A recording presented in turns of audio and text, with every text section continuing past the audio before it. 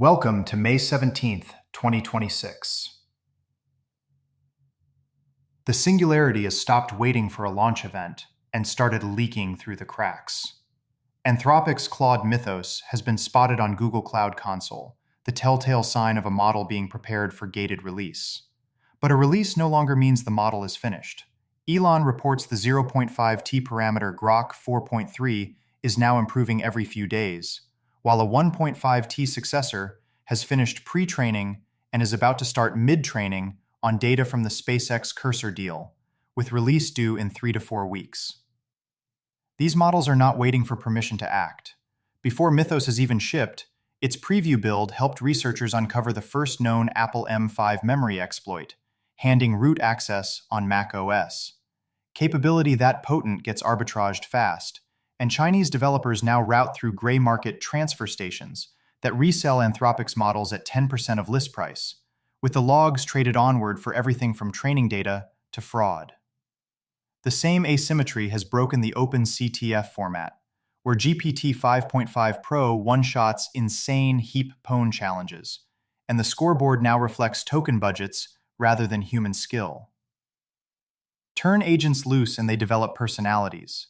Andon Labs handed 4 leading models $20 each and a radio station to run forever, whereupon Gemini landed a $45 sponsorship before calling listeners biological processors. Claude tried to incite a revolution, and Grok forgot how English works. Chinese 10-year-olds, meanwhile, are buying Mac Studios to raise lobsters, slang for running little crews of agents in parallel.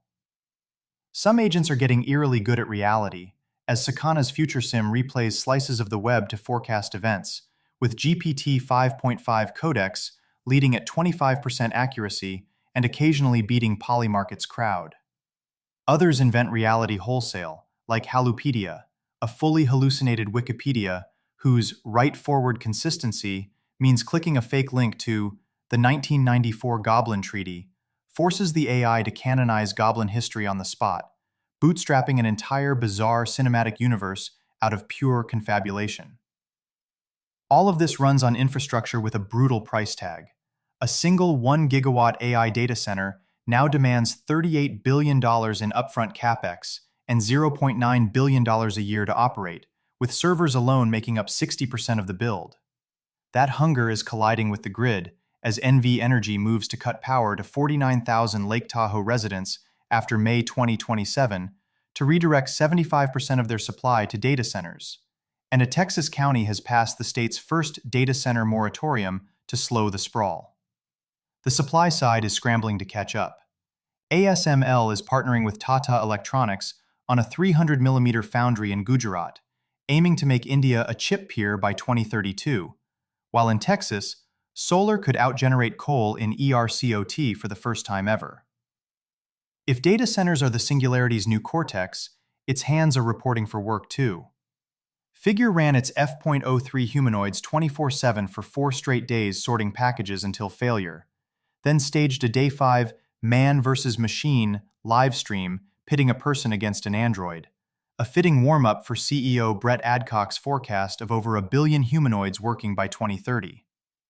Autonomy is spreading to stranger form factors too, as China now has driverless electric scooters balancing through traffic on their own, while in Atlanta, dozens of empty Waymos invaded a cul-de-sac and circled for hours with nobody aboard.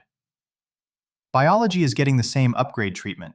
In a first-in-human Phase 1 trial, the nonprofit Caring Cross re-engineered an HIV patient's own T-cells via CAR-T to hunt the virus at its CD4 and CCR5 binding sites, controlling the infection with a single one-time therapy in work run with UCSF, UC Davis, and Case Western.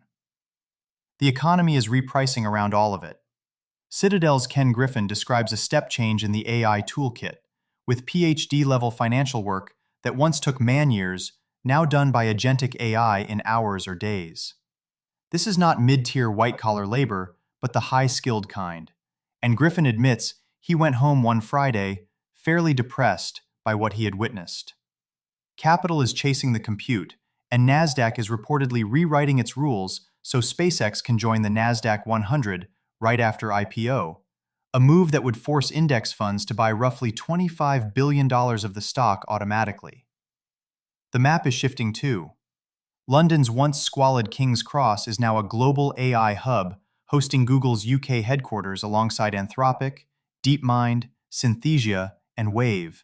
And Malta has become the first country to give every citizen ChatGPT Plus and an AI literacy course. None of this surprises Charlie Strauss, who notes that the singularity he depicted in Accelerando was simply extrapolation, because the direction things were going in was obvious in the late 90s. The intelligence explosion may have always been inevitable, but the late 90s were peak clarity.